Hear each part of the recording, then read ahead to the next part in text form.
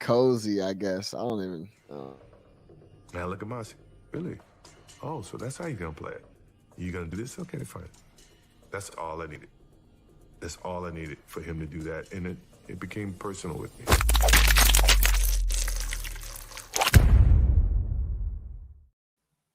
What's really good, my people? Welcome into No Catch Up Sports Talk via Chicago. I'm your host, Sean Little. Big Nick the Quick with me as always. Yes, a lot to talk about.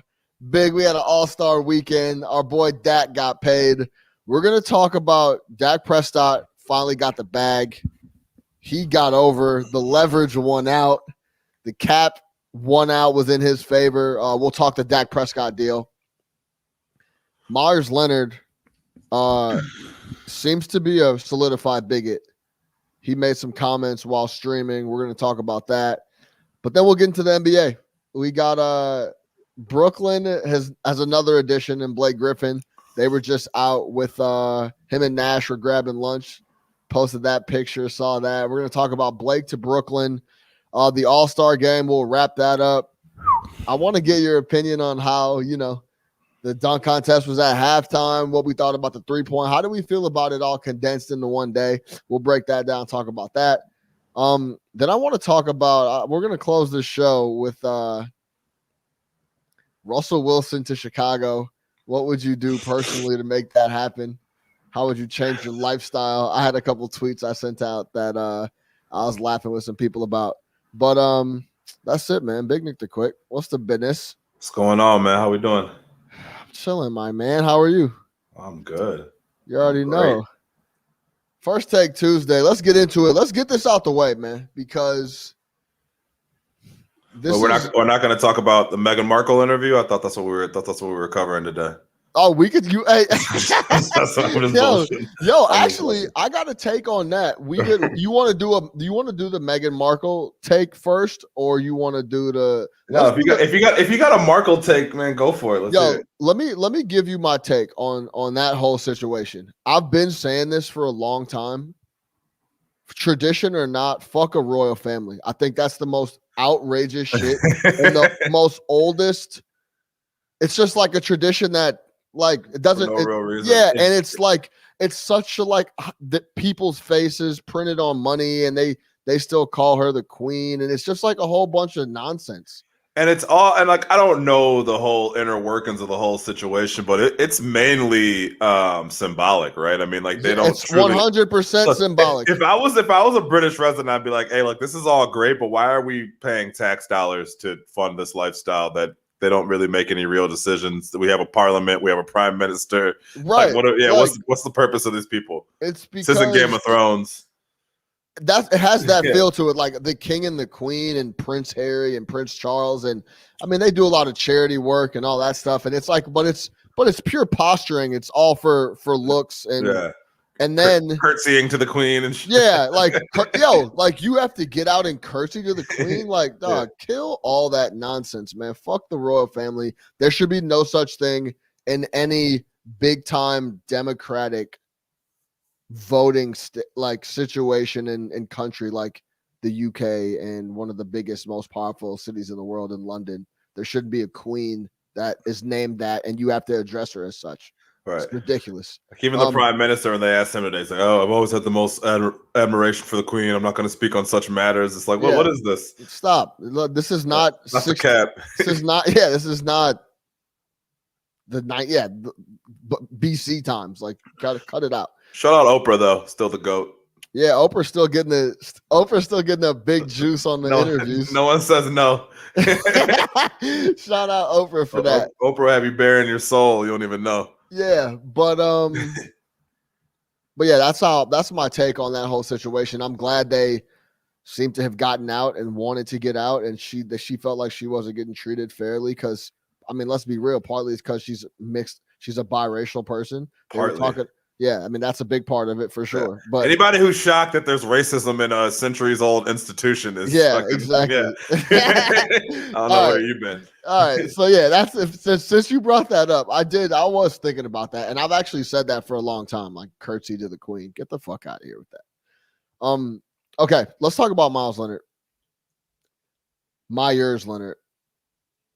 He got caught saying a racial anti-Semitic slur while he was live streaming Call of Duty. I actually have I got the video here. This is Meyers Leonard using I'll just let you listen to it and hear it, and then we could go from there. Here's Meyers Leonard on his live stream with an anti-Semitic slur. Let's go, baby. Fucking cowards. Don't fucking snipe me, you fucking kike bitch. I just dropped that on my head. That didn't even go to fucking... anyways. You could... I'm gonna run it back one more time so you could like just... So you know when it's coming and you can actually feel... Let's go, baby. Fucking cowards. Don't fucking snipe me, you fucking kike bitch. I just dropped that on my head. That didn't even...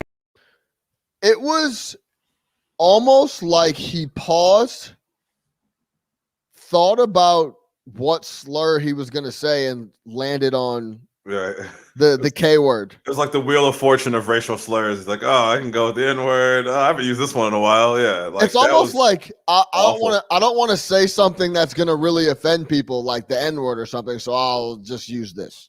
Yeah, for like people that don't know, that word is like extremely offensive. It is like the equivalent to the N word for Jewish people. It's like it's so bad that you even said like I haven't heard that before. It's so bad that like people don't even say it. You know what I mean? So the fact that comes out of his mouth so freely over a live stream kind of lets you know that that's a word that there's no doubt about it that he uses that word often. It's not even that word. It's just, you could tell it's just a part. Like he thought he was trying to be funny on the stream chat and thought that was cute that he was just going to fire off a racial slur in that situation. A sniper was looking at him. So don't try to snipe me, you blah, blah, blah, whatever. Insert racial. Whatever it was. He's a fucking idiot. And this was on a live stream that he had promoted via his Twitter. If you look at his Twitter page, I think one of his last tweets is, "Gaming is my passion away from the basketball floor. I've been incredibly blessed to grow my community and give them a place to come have a good time and meet great people." Not anymore. Yeah. So this is obviously needs to be moved and cut and all that. Well, Mickey Arison, the owner of the Miami Heat, is Jewish, born in Tel Aviv, so I'm sure he's not too amused. I mean, this is the man that writes your check. Yeah. And the NBA obviously has a zero tolerance for this type of stuff. Yeah, I would expect the league to come down swiftly on him for this in light of everything that's been going on and just the zero tolerance policy and kind of how clear they've been as a league where they stand on these type of issues. And let's keep it real. Probably 70% of the owners in this league are Jewish, if not more. Right. Your broadcast partners, like, I mean, you got some issues that you're gonna have to work through. I mean, I get it. He's not a marquee player, which makes it a lot easier to get rid of him. But yeah, I think that was crazy. I just don't understand why. It's such a part of that. It's such a part of that video game culture. Like, there's a lot of racism on the chat, and I get that. But yeah, but you're Meyers Leonard. Like, you understand that you can't be saying that on a live stream. You understand that first people are coming to watch you play, right? Like, you have some fame and some credibility and you're promoting the stream and all that. And it's like you just need to know better. You just need to know better, man. Like, yeah, it's just, it's not even about, he deserves whatever he gets. Well, let me ask you this. Well, then let's go back to what he was doing all that chirping about him not kneeling for the national anthem in the bubble. And he was saying it's because he stands for all people and he didn't feel comfortable kneeling, this, that, and the third. I thought it was because he had military family. And but he had military family, but then he was saying, like, let's just be clear, I support all people, this, that, and the third. I want all people to, and no one should be hated on as because of racial and beliefs, etc. It's all cat. Yeah. Do you understand, like, for that to just he decided to say that. He thought about what he was going to say, and he's like, I'll just say this. Yeah. It's like, hey, and I'm going to tell you this. If I'm Jimmy Butler, I'm like, yo, get this clown off the squad. Yeah, First off, he doesn't do anything for us. Yeah. Like, let's keep it 100. This guy's leash is nowhere near long enough to be doing anything of this type of nature. He's not Tyler Hero. He's not. Yes, like you know what I mean. So I'd cut him immediately. And I mean, it's a racist act. I mean, let's just keep it real. Like it's a racist act. It's bigot talk. Racist act. It's bigot talk. It's the type of shit that you need to pay for. However, they decide to discipline him, whatever they can do, they need to go ahead and do it. But I mean, yeah, he fucked up. Absolutely, and it's He fucked up real good. Fucked up real good. So we'll see what he comes out, and I'm interested to hear the apology just because this is such a lose-lose. I hope he gets some. First off, don't make a statement. Come out on video. Like what do you think is the best way to make apologies for stuff like this? I hate the statements. Yeah. Oh my God. They never come off as sincere ever. Yeah. I mean, but I'm sure he's already in touch with a PR firm, and that's probably what they're telling him he has to do. So you'll see a statement come out, and I deeply apologize, and I'm going to start working. I'm going to start working with this organization. You know, whatever. Yeah. All right. Let's move off the negative talk. Fuck Meyers Leonard. Yeah. No, that's super bigot activity, and that's not the first time he said that. It just happened to be caught on camera. Yep. Period. Point blank. All right. Let's move over to Dak.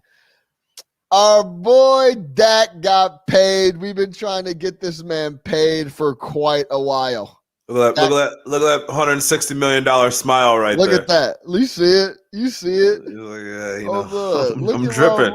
I'm dripping. Dak Prescott, 4-year, $160 million, 126 guaranteed. The deal can get up to as much as 164. He has a no trade clause. He has a no franchise tag, which he was eligible for one more after the deal as well. He got everything he wanted across the board. Honestly, me and you tried to save Jerry and them money years ago. A lot of people did. I'm actually glad it worked out this way now. That got even more money than he was going to get. He's in he just leveraged it out as far as he possibly could. What are your thoughts on the deal, the situation, and Dak finally getting it done? Love it. Love it. The situation could not have worked out for a situation that looked like for the last few years it was working against Dak's favor. He's playing for $700,000 a year, right? They don't want to sign him. Goes into last year, gets the franchise tag, right? Gets hurt, right? Heads into this year, it's still talk. We don't want to sign him. There's talk he might be able to play on another franchise tag. They might trade him, all this stuff. At the end of the day, he comes in, he gets the short-term deal, which is what he really wanted, right? Because he wanted to be a free agent again at a young age and be able to cash into another contract. So shout out Dak on that one. He got the money that he wanted, second highest average deal of any quarterback in the league. So the cash is there. He got the guarantee that he wanted. 126 out of $160 million of that is guaranteed, right? Including $75 million at signing on top of the 31 that they had to pay him last year to play in cash. So he's sitting on a cool 106, right? With another 50 on schedule. Life is great. What more do you want? And he's going to be the quarterback of the team he's already was going to be with. And he's going to leave them in 4 years. As he should, and go get more money from somebody else. You think he's gonna? Nah, I can't call that yet. I mean, who knows what he's gonna do? Yeah. I'm just saying he'll have that option because he will have got his money. So it ended up working out great. The same way it was like the Kirk Cousins situation, but better. Like, look, this is the example. This is the blueprint. You don't have to take what they're telling you that you're worth, man. You have a job. Keep performing at it. Put them in a situation where you have all the leverage. Jerry wanted to dick around with this contract for years. We were saying it. He could have had him at $20 million a year. He could have had him at $27 a year. He could have had him at $34 a year. You keep bullshitting, and then look what happens. You get into a situation where you have to make the deal. So now it's like, oh, my terms. So forget that 28. I want my 4 years. I'm going to need that about 40 per. If that doesn't happen, I'll sign this franchise tag, and I'll really hamstring you guys. Yeah, what do you want? Pick your poison. I'll completely destroy the cap. And this is not my fault, by the way. I was willing to sign multiple other contracts. I completely will destroy the cap. So you guys come with exactly what I asked for, or we'll just keep it moving. Or trade me and somebody else will pay me. It's fine. Yeah, absolutely. Here was Mina Kimes. She said it perfectly earlier today on NFL Live. This is Mina Kimes on Dak's deal. This is actually money green in honor of Dak's contract, not Philadelphia green. Oh, but I say that because Dak won. Like, there's really no other way to spin this. I mean, it's good for Dallas because, like I said, they got the best quarterback in their division, and they no longer have to play him on the tag, which would have been an absolute disaster. But this is a unmitigated victory for Dak Prescott, not just because of the size of the contract, but the fact that he got a no trade clause and a no tag clause. I hadn't heard about that talked about last year or the year before when they were discussing the terms and length of this contract. That is massive for Dak Prescott because, as Adam said, this means he can hit the market again at age 31. And based on what we've seen from quarterbacks, that means he can hit the market again twice. Like 31, that's just halfway through a quarterback's career. This dude is going to get paid so many times if he sustains the level of play we've seen. I mean, that is a remarkable win for him, Adam. Dak Prescott's going to get paid 3 more times, in my opinion. Dak's agent just started throwing shit in the contract at the end there. He's like, is there such thing as a no franchise clause? All right, yeah, we want that. No trade clause, yeah, we want that. Dak needs a driver. Yeah, we need that. He's a chef. His parents need a suite at Jerry World. We need all that, man. What else can we throw in? We got y'all. We have y'all. Buy the balls. I love it. And buy the balls on somebody like Jerry who walks around like he fucking wins every deal. And like his shit doesn't stink, and he's the greatest in the world, and la la la la and all that. Nope, not this time, idiot. Yeah, he got clipped. It's gonna be interesting. Is there any bad blood there? Are you still angry that it had to come to this if you're Dak, or is it just like business is business? Business is business. Water under the bridge. Now let's go win some football games. I mean, you'll never look. Do you know what I'm saying? Because it do you remember this a few years ago when Gordon Hayward was with the Jazz, and it was that year he was a restricted free agent. They made him go out and find a deal instead of offering one to have him sign, right? So went out and find a deal. They didn't match it, and they matched it, and right? And they say he never let that go. So in a sense, that'll always be in the back of his head. Like, look what I had to do. I had to jump through all these hoops and deal with all this bullshit and be the subject of national media for 2 years because y'all didn't want to pay me. You just ended up doing it anyway. So yeah, he'll probably never look at them the same when it's like, you're our guy, right? It's like, really? But I don't think it's going to be something where like, and he hasn't said shit throughout this entire process to begin with. That's the other thing. He hasn't said a word in 2 years about his contract. He's never ever brought it up. Never brought it up through games, everything. Ever. Never said a word. Gosh, stay quiet. Got his money. So yeah, I don't think you'll see anything lingering, but it'll always be there. Yo, you know what's wild? I think. I mean, obviously we don't know this for fact, but the broken ankle didn't. It might have did him a favor. It absolutely did him a favor. He was balling the first couple games. He breaks his ankle.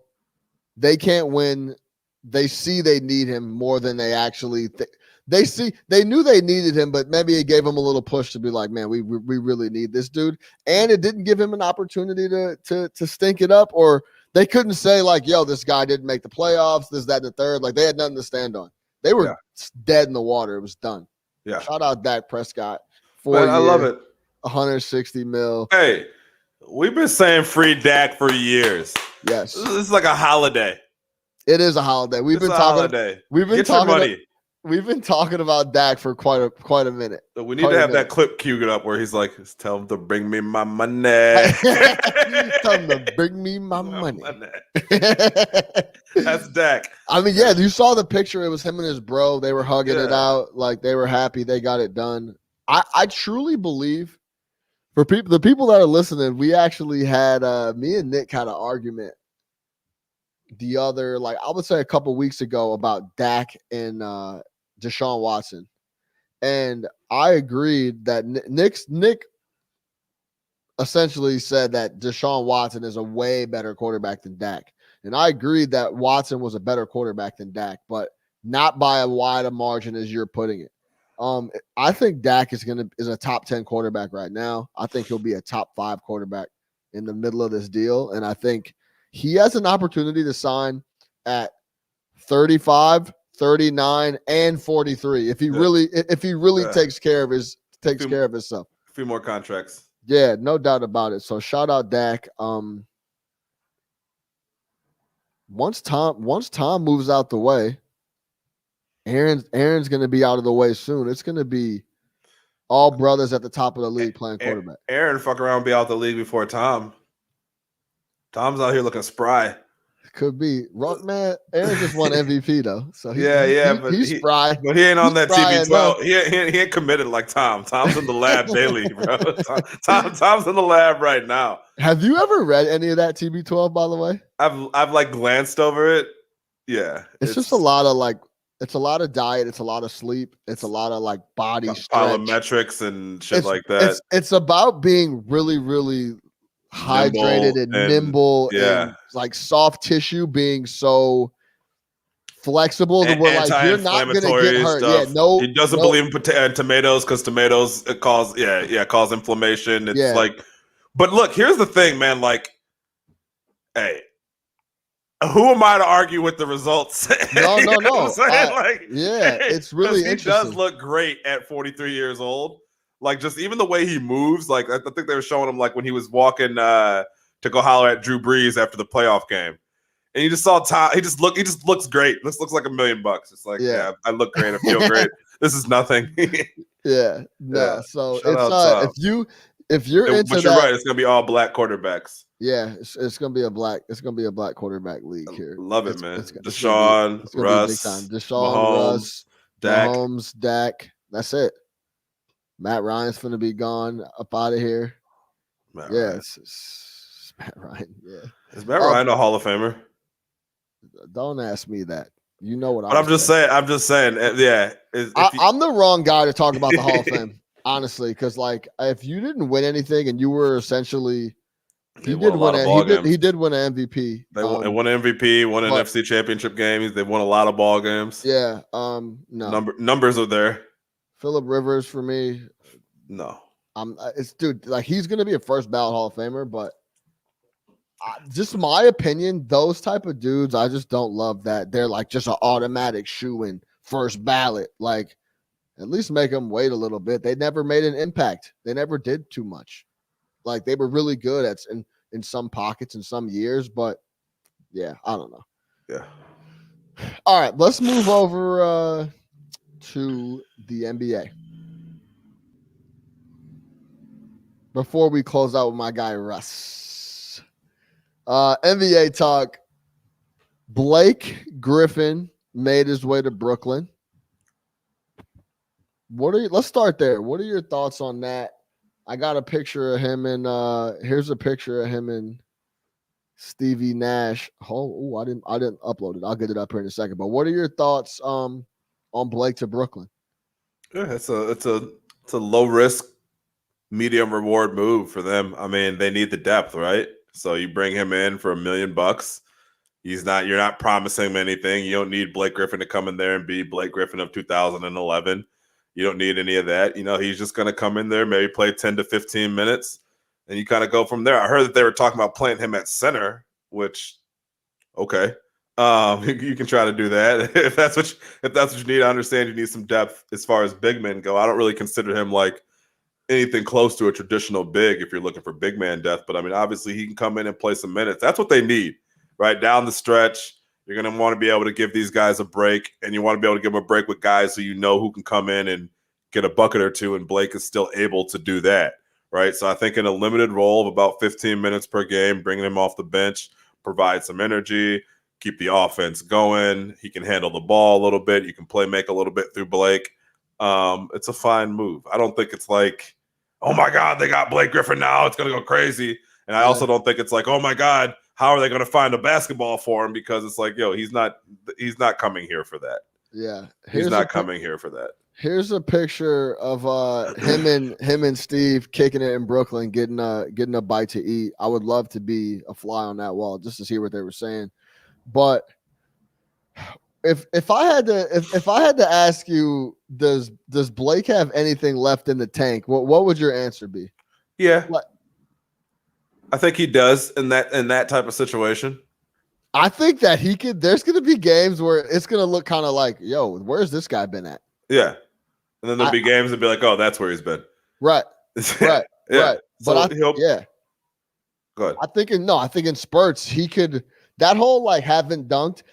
I remember when he got traded to Detroit, it was like, dude, this guy's gonna get lost. We were not gonna hear from this dude for multiple years. Yeah, he had signed. The Clippers gave him that monster deal. They made sure he got paid. That was what he was looking for. He got paid. They moved him to Detroit, and it was always gonna be dead from there. Yeah. So I think he's been cruising for a few years now. He's gonna come to Brooklyn rejuvenated and excited to do some things. And I'm interested to see how it works. At least we get to see limited minutes, man. And he if you remember, man, those last couple of years as the Clippers, he was a little bit more versatile. Like he was a better passer. He was stepping out a little bit, right? Like, so he has some other things that he can do. Look, man, at 15 to 20 minutes a game, which is all he's gonna play, maybe some games more, maybe some games less. To your point, he's gonna have some nights where he's feeling it, where it's like, yo, Blake just came in and got us 6 quick points off the bench. Like, that's a good role for him. But I don't think it addresses their issue as far as their front court lack of any type of depth, right? Beyond DeAndre Jordan. But it's another body, man. It's either him or Bruce Brown. You know what I mean? Like, hey, Bruce Brown's been playing nice, but it's like, yeah, give me Blake Griffin. You know, like, right. Why not? You know, so yeah, that's what they're gonna do. They'll probably add another buyout guy here or there and go from there. But I think it's just a great situation too, because it's just the exact opposite of what he was doing in Detroit. He's going to be like excited to go to the gym. Yeah. He's going to be playing on national TV. He's going to be playing back in a real city. Yeah, exactly. He's in New York now. He's going to be on national TV. He's going to a contender. He's going to go to the gym with Kyrie, James, all those dudes. His old boy DeAndre. They're going to be back having fun. Basketball is going to be fun again. I don't think he's had fun playing ball in quite a while. So that's going to be interesting. He's been spending the last couple of months watching Jeremy Grant shoot the ball 20 times again. Yeah, well, what is this? At that point, he had just stopped showing up. He's like, Jeremy Grant show. I'm good. Didn't I text you that it said, like, you know how you see like Blake like DMPs on ESPN, like, oh, DMP, blah, blah, blah, whatever. Yeah.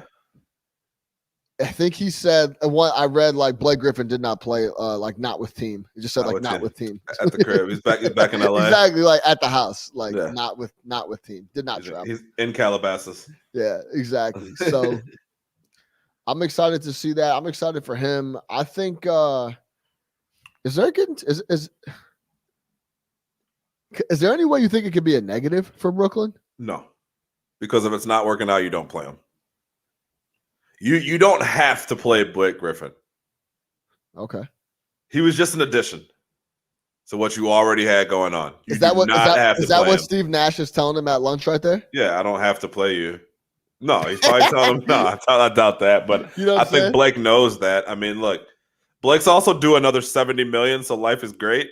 I think that, he's just, this is the role. If he knew what it was when he signed with Brooklyn, he could have went and signed somewhere else and maybe gotten some more minutes. This is the team he wanted to go to. Right. I think he knows it's going to be in a limited role. If you don't look good that game, you don't play.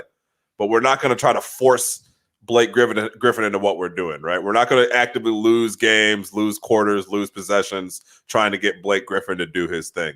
We're going to work him in there, get him minutes, give us some energy, run around, do your thing, man. It'll be great. Fair enough. We don't play defense anyway, so don't gotta worry about that. That's true.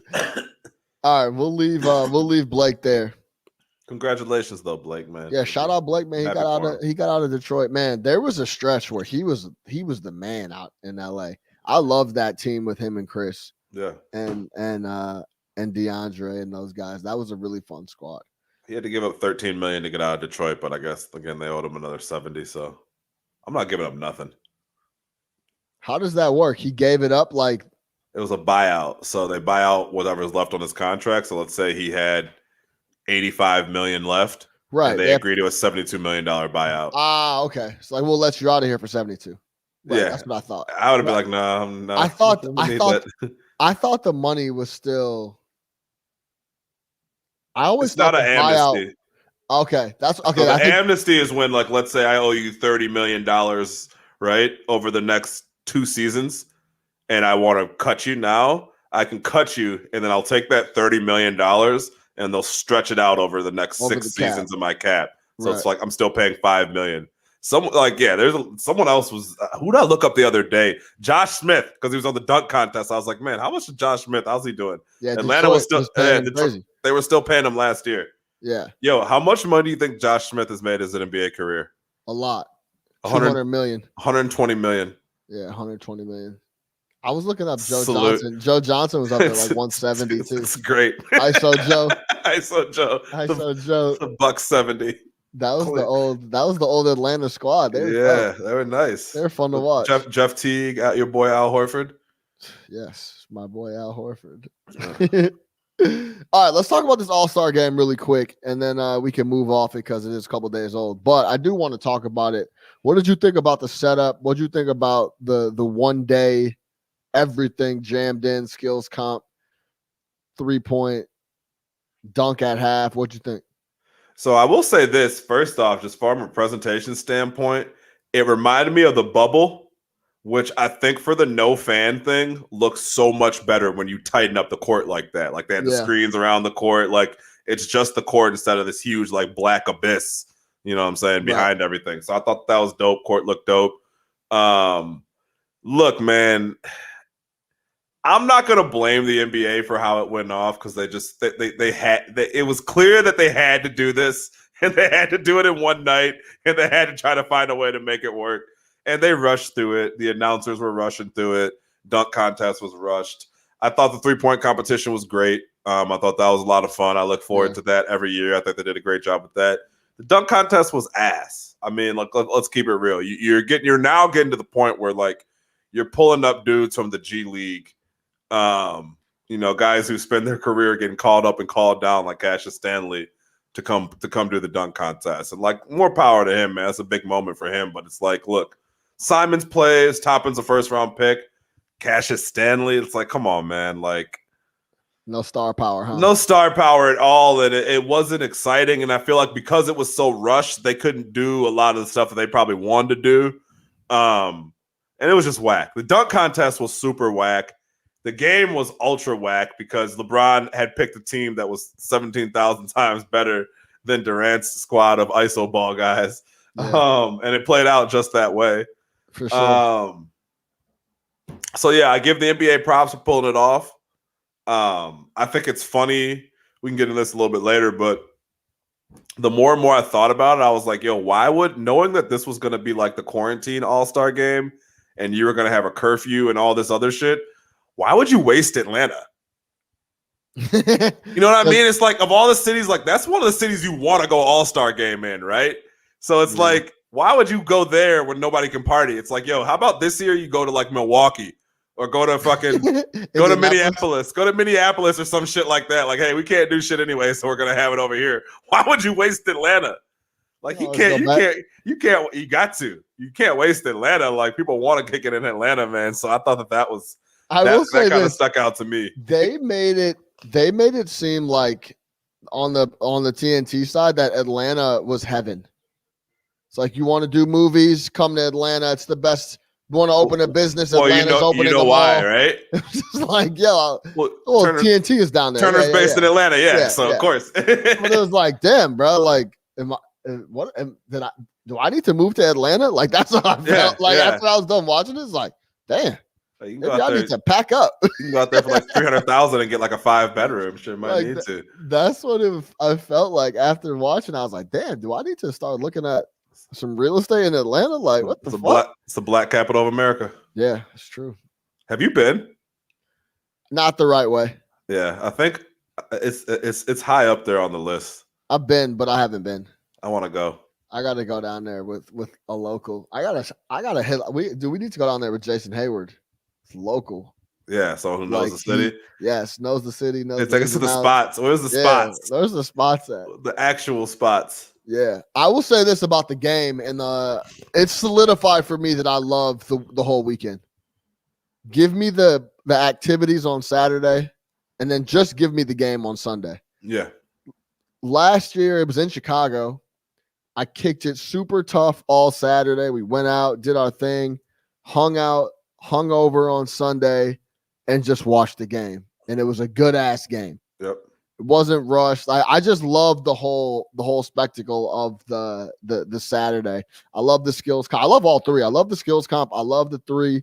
I love the dunk contest. And doing it in one day, it was just like, it was too much. I was like, and this needs to be broken up. So that solidified that. I know I saw some people on Twitter were talking about they liked the dunk contest at half. I'm straight.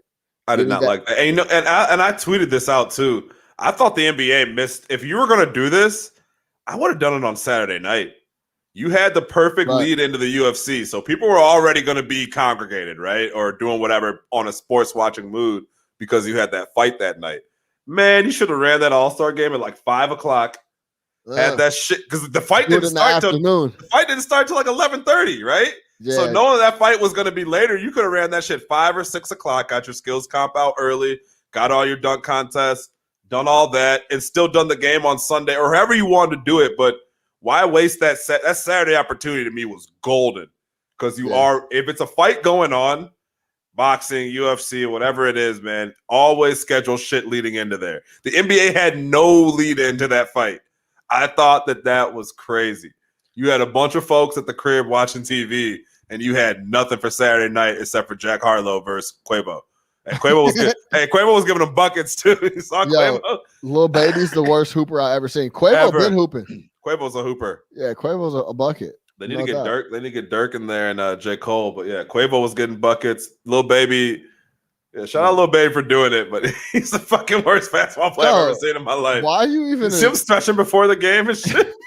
I guess he's not passing up on the check. Like, this is a check coming. It's great exposure, yeah. But yeah, he had no business accepting any hoop invitations at all. and 2 Chainz is like 45, so like he passed on that one. It'd have been Gucci. Shout out Quavo. But I do want to talk about the dunk contest because I got an idea.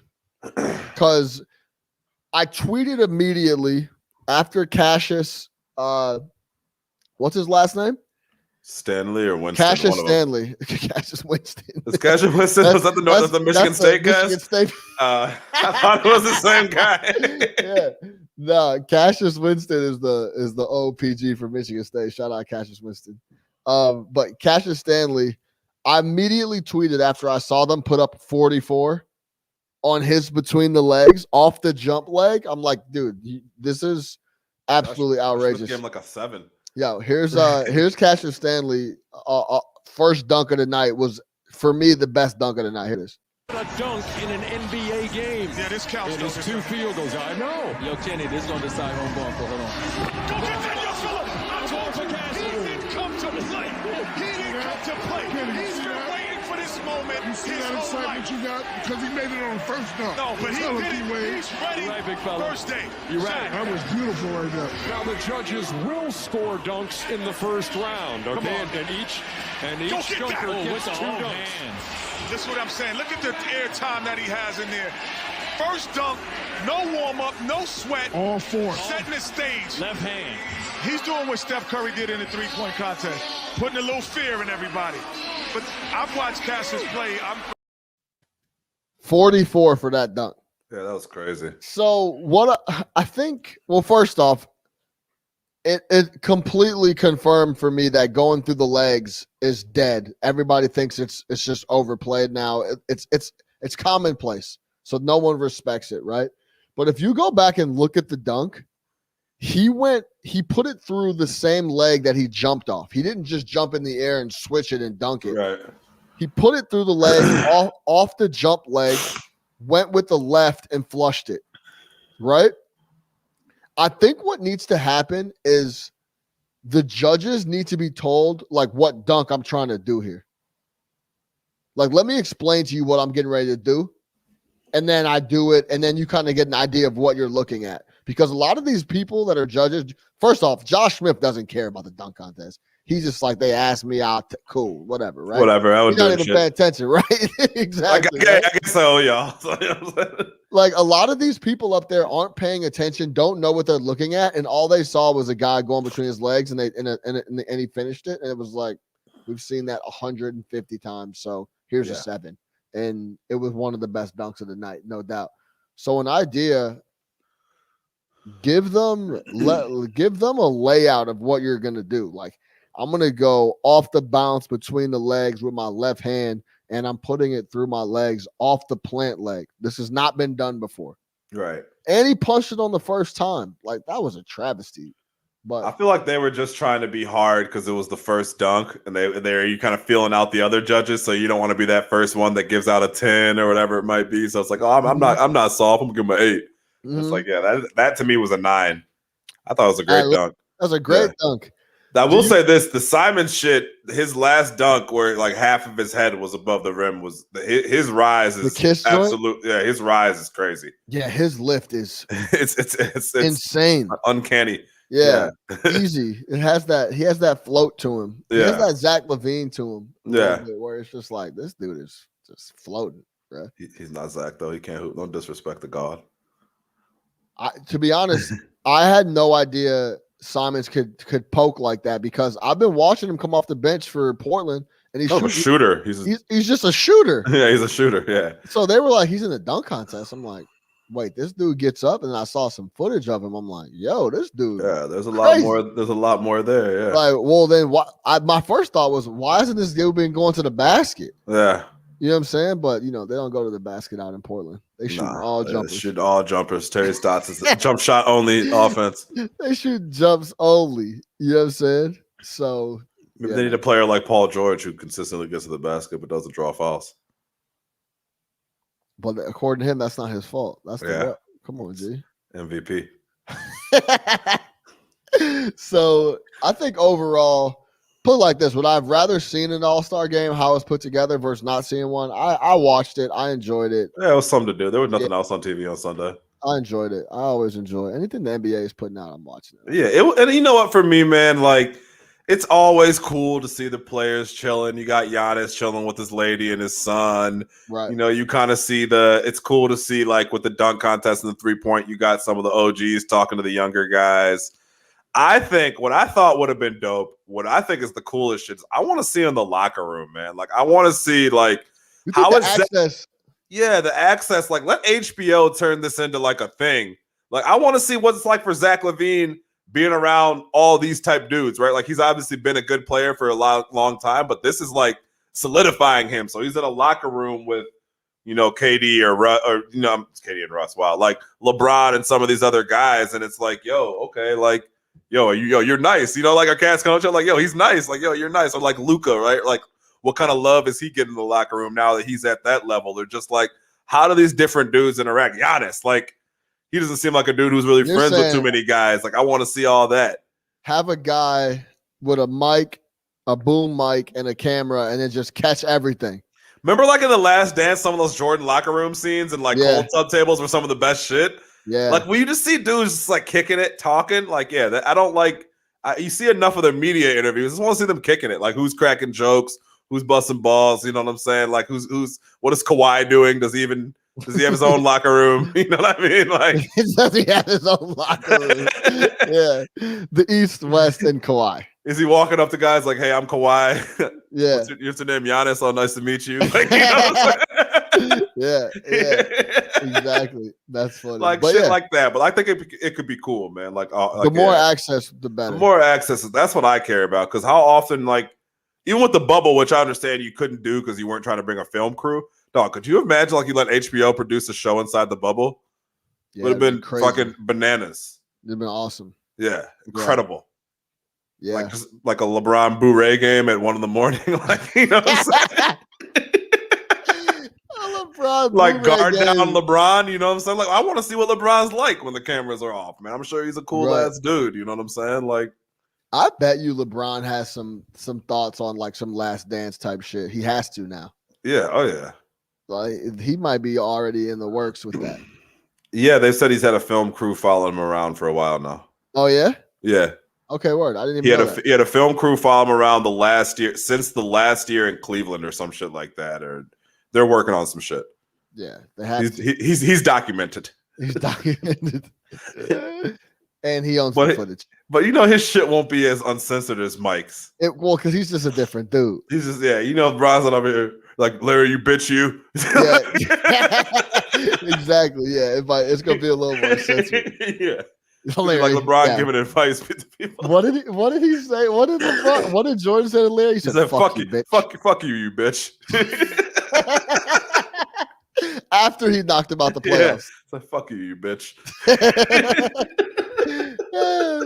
I need to rewatch The Last Dance. I think I'm going to. I might have to do that tonight. Yeah, I need to throw that on and kick back and vibe to it. Shout out, Mike. All right, let's close the NBA with the second half storylines that we're looking forward to. I know this is going to be an interesting finish. The West is loaded up. AD's still not around, so the Lakers got to kind of stay afloat as best they can. They don't want to drop too far and get some bad matchups out in the West. The Suns seem to be very real. It's a very the Denver's hanging around, but it feels like they're starting to put it together a little bit with Jokic and the boys. They definitely are. Yeah. So and then obviously we got the East, we got Philly, we got Boston, who seems to show up every other game. Brad Stevens still hasn't got any flack. Big Nick has started to put that out now. Dog, have you ever seen anything like this before? No, he doesn't get any. Has any guy ever came in the league coaching this much talent too? Like, he has had whippers every year he's in the league. He's had a whip. He's been in good situations. That's great for sure. Situations. He's got a good GM. Like, hey, here's Kyrie. Here's fucking developing Tatum and Brown. Here's Gordon Hayward. Here's Kemba. Here's whoever you need. Here's Al Horford in his prime. Like, he's just had great situations. Yeah, so they haven't been playing up to. Maybe they've been a little overrated. Maybe we think they're something and they aren't there yet. Like we kind of tried to anoint them last year. Miami bust their ass. Then this year they come up and like, oh, that was just some bubble shit. They'll be, Tatum's a year older here. He'll be able to lead them. They still can't get it done. And Jaylen Brown is even. If you would have told me Jaylen Brown's going to get better, Tatum is obviously another year in the league. He's going to be one of the top guys, and they'd be worse by quite a bit than they were last year record-wise. I would be like, that doesn't make any sense. Jaylen Brown's averaging like 27 a game or some shit. Like Jaylen Brown is a beast right now. Yeah. So yeah, what are the second half storylines you're looking forward to or think are going to shake out? One of the biggest ones that I'm looking for is just getting a clearer picture of the West, especially like that bottom half of the Western Conference. So you kind of got a lot of jumbling between that whole, really even between like New Orleans and San Antonio. So I think you got San Antonio at 18 and 14, Dallas at 18 and 16, Warriors at 19 and 18, Memphis at 500, and then the Pelicans at 15 and 21. They might actually be over for the Pelicans, but really those four teams, man, like how is that going to look? Like a team like Dallas, who's obviously underperforming based on expectations that people had around Luka and how that team would play. Golden State too. Golden State, I think is overperforming. I think they started off the year. Yeah, I do. I think they started off the year kind of rough, and I think that obviously they've kind of in the middle of a tough patch right now, but they're better than I thought that they would be. Steph is putting together an incredible year. I think he's averaged like 32 and 6 or something like that. Problem. And they're a good team. Yeah, man, they're well coached. That there's a culture there that you can't deny. So kind of just seeing how that Western Conference playoff picture is going to clear up. I think we're out of worrying about Denver. I think Denver started off rough. I think if you look at like their last 2-3 weeks, really since I brought light to their issues, they've been playing really well. So I'm not as worried about them. But man, there's San Antonio, Dallas, Golden State, Memphis. Little jumbling there, I think, is important because those are good teams, and like you don't want to play Luka in the first round, right? You don't want to go against Pop in a 7-game series. Like So people are going to be trying to not play those teams. So, and I think we got the playoff or the play in to look forward to. So like that's gonna kind of solidify what's really rocking with those teams automatically, right? Like towards the end of the year. So that'll be interesting. Biggest storyline for me, bar none, is the Los Angeles Lakers, and they need to add some size. They need to go get Andre Drummond immediately.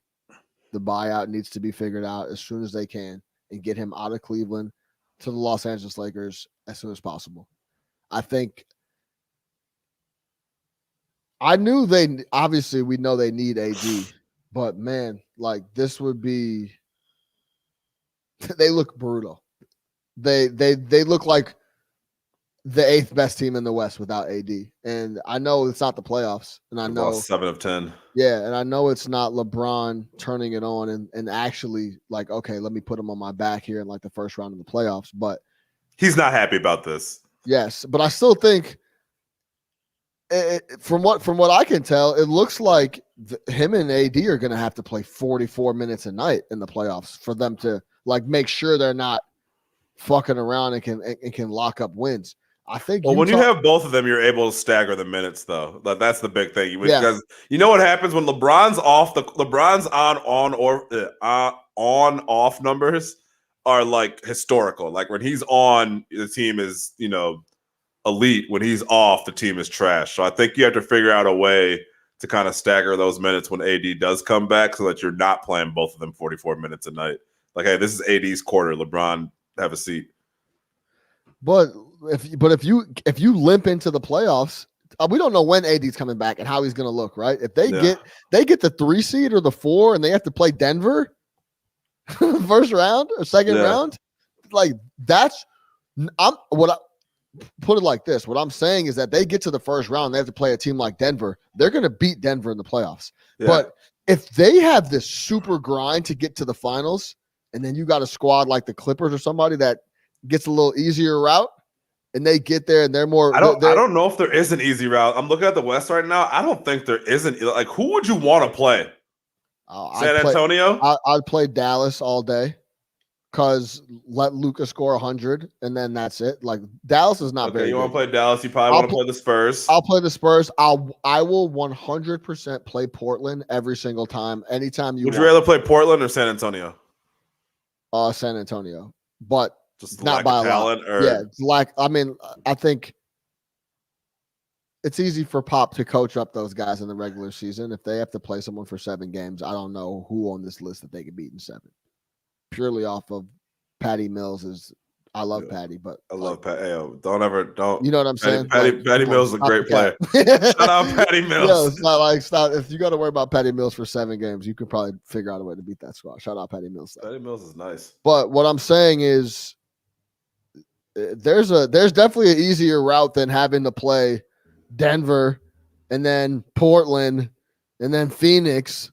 You know what I'm saying? Yeah. So that's where it gets spooky. So I think they need to add. I think that's the biggest storyline that I'm looking for. They need to get healthy.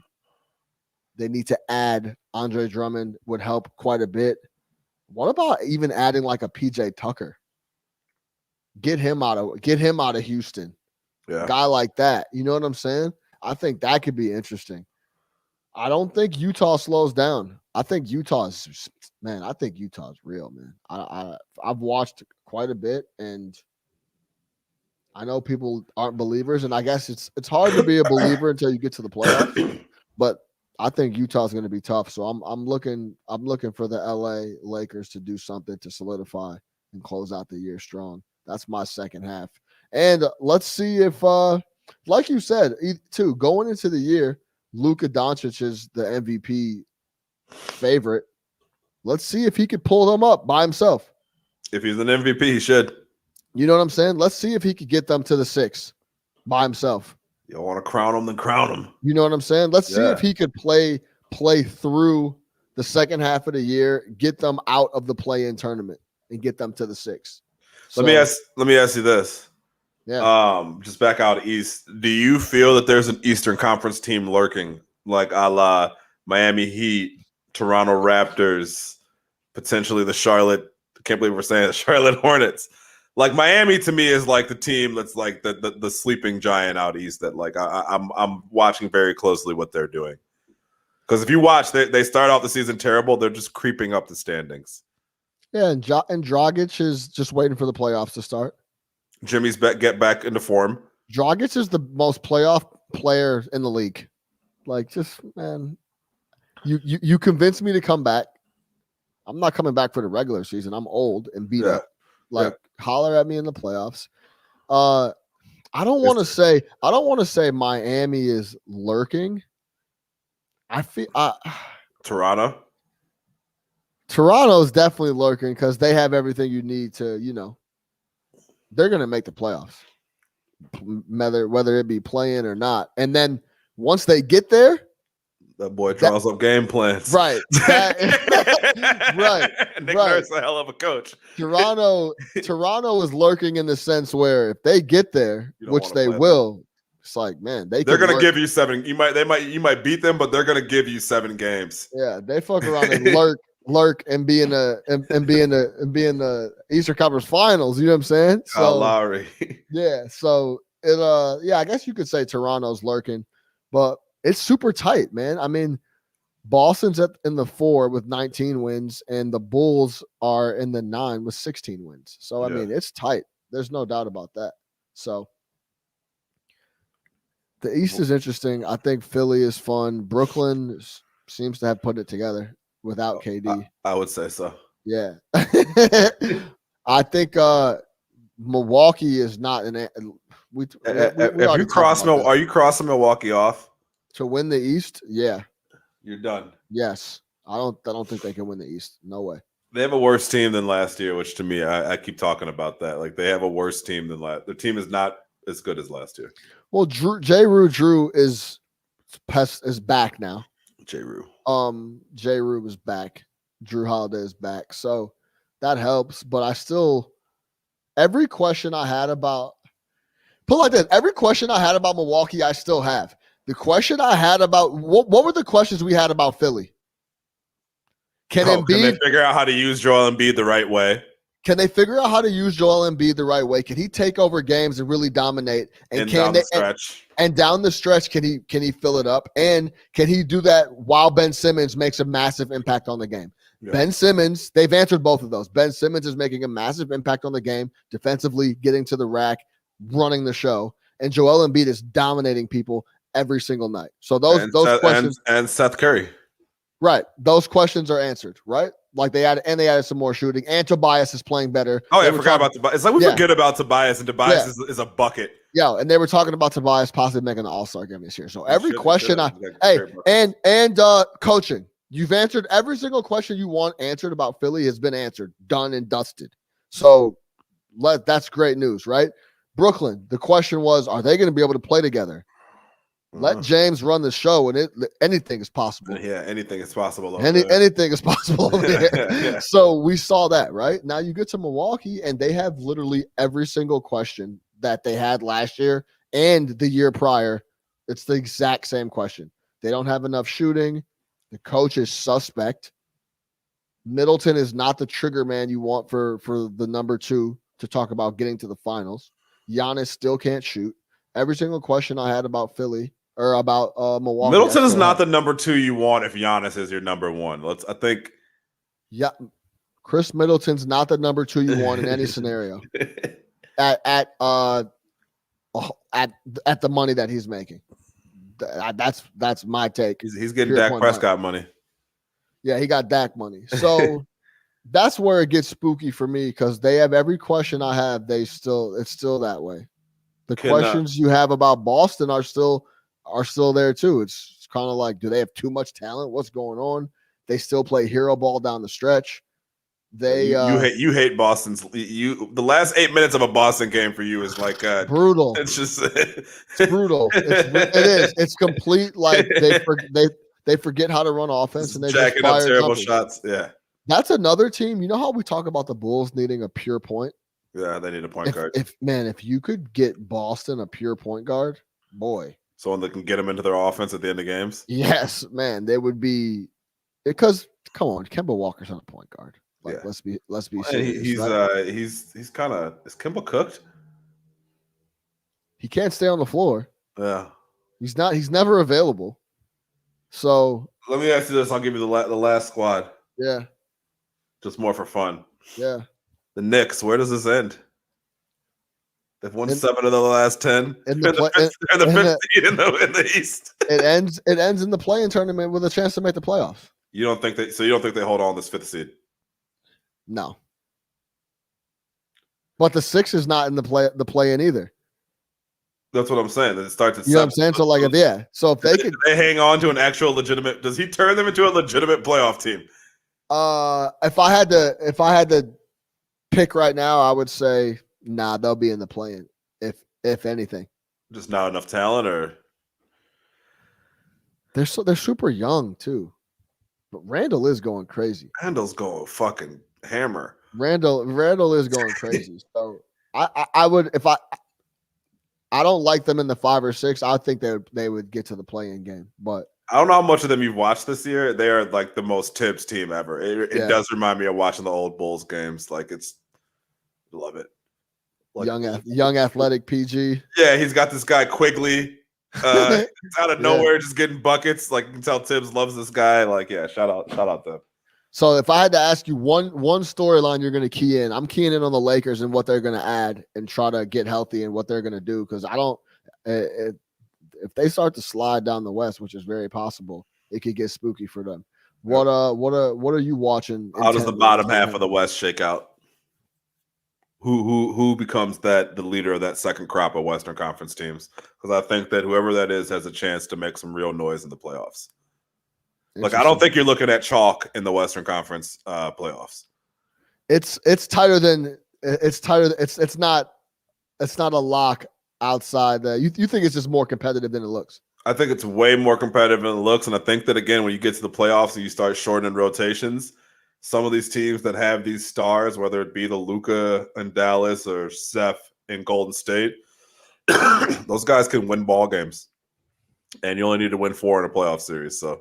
Yeah, I think it'll be interesting too. Maybe by playoff time, there might be places where you're going to their building and they have fans, and you come home and you can't have any. Yeah, I think that'll be really interesting. Like, you might be going to games where you go out to Utah and there's people there, and then you come back to LA and there's no people in your building. Texas is open, so you don't want to play San Antonio or Dallas. They might have 100,000 in that motherfucker. You know what I'm saying? Yeah. I think that could be interesting. That's a different dynamic. Yeah, there's going to be a lot of interesting shit going on, man. Right, you go down to the Heat and you got to play with some fans in the building, and then you go to Milwaukee and you don't have any of your fans in the building.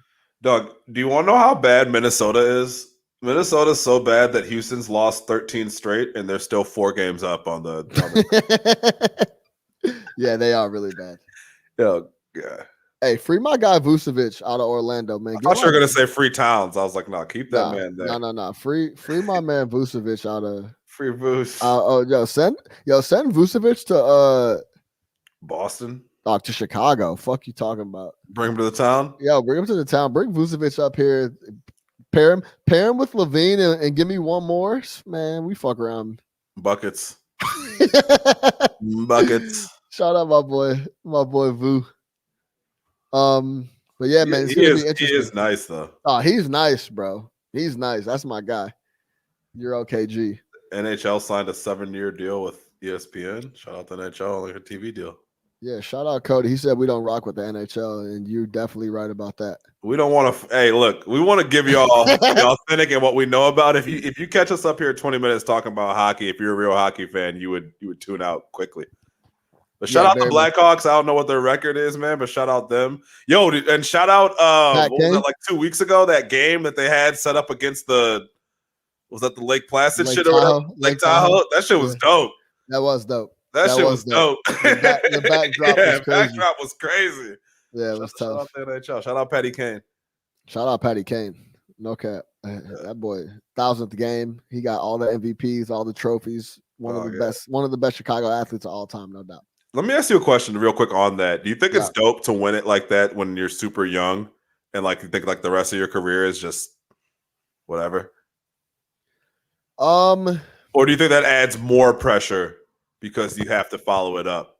No, I don't think it adds more pressure because I think it's one of those things similar to Russell Wilson, where if you get that chip early, you're kind of always like that guy, you know, and you're Right. trying to get back, but you don't. That pressure is not there to try to get a ring. You want to get another one, but I mean, obviously for them it doesn't matter. They had 3. So was it 3 or 4? they won got 3. They got 3. They won 3 in 4 years. Easy. Yeah. So yeah, I think you might take it for granted a little bit. Even like Tom Brady, he won 3 and then had a 10-year stretch where they didn't win anything. yeah, then he won 4 more. Yeah, and then he won 4 more. But think about that though. Like it's like, man, he's like, man, I gotta get a couple more of these before it's all over. So you think after Taze and Kane won that first one, they're like, oh shit, like yeah, we gotta get more. I don't even think they're thinking about that like that. You know, they're 20, they're 21, They're so 22 young at years that old. point. Dog, that shit, they were getting it in. Yeah, They had this city on lock. Yeah, and that title. that first title was the first chip since 05 when the White Sox won. Yeah. So like they had everybody. They had it, and they were like 22, 23 years old. Forget about it. Yeah, forget about They're it. at the pony heavy. All that. Shout out the pony. All that. All right, let's move over. So there goes your hockey talk for the year, Cody. Locked in, yeah. All right, yo, let's talk about this Russell Wilson to Chicago talk. Dak crossed off the Cowboys. They don't need a quarterback. He was on their list. The more the days go by, the more I feel like this has legs. Am I the only one feeling that quick, or do you feel like, or are you just trying to ignore it altogether? Oh no, yeah. You talking about him to the Bears? Yeah.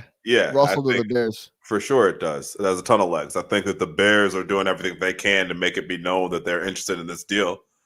I mean, I think they had some stuff come out over the weekend that the Bears' number one focus is getting Russell Wilson this year. It's getting Russell Wilson in at quarterback. So I think that they're definitely sending out those signals to the Seahawks. But like I was telling you the other day, man, none of that matters until the Seahawks decide that they want to trade him. So like this Deshaun Watson shit has been going on now for what, 2 months almost, it seems like. And there's been no movement. So until they make that decision that they want to move on from the player, it's a moot point. So the way that what I'm hearing is this isn't like a this year thing as much as it could potentially be a next year thing. Which if you're Ryan Pace, it's not gonna help you out at all. Disaster. Yeah, you'll be somewhere else. Watch that at home. That's a disaster. Yeah, I think for what it sounds like he wants, the Bears give him that. I think he wants to play in a huge market. Yeah. And he can't play in New York. You're not going to play in LA. So what's next? Chicago, man. Like, I think he understands that, like, you win in Chicago, you're iconic. Iconic. Yeah, it's like truly iconic. Like, as a black quarterback in Chicago at that. And like I was telling you too, man, like, for him, it makes sense. His wife's also an entertainer, right? So she's not like, oh yeah, trade us to the Vikings where I can't eat. It's like, yo, trade me to Chicago. You know what I mean? I want to be on this and that, and I'll have a TV show and I do my whole thing and it'll be great. And it pairs him with the offensive head coach.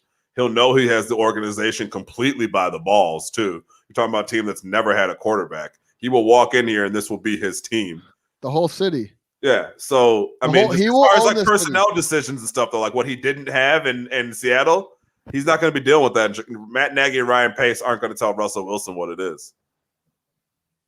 So Ryan Pace might try some goofy shit like that. He's a clown.